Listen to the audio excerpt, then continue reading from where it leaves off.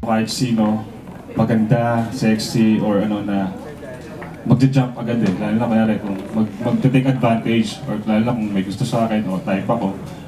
Ako dun, pag nakikilala ko, dun ako nai-inlove eh, dun sa ugali ng tao, sa personality. Pero syempre, kahit pa paano, lalaki lang ako eh. Ang sarap din naman ng feeling na pinag-aagawan ka, di ba? Wow. Ang dalawang tatlong babae. Di ba? So nangyari na yan?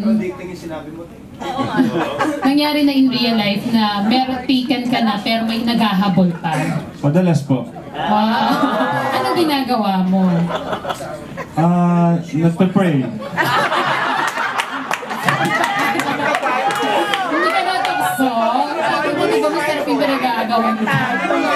Hindi, mas alam nyo, pag may mga ganong sitwasyon, mas na-admire pa ako parang mas na-admire ka pa ng isang tao eh. Kasi lalo na kung hindi ka pumatol o hindi ka umano. Kasi, shit, ang bait niya.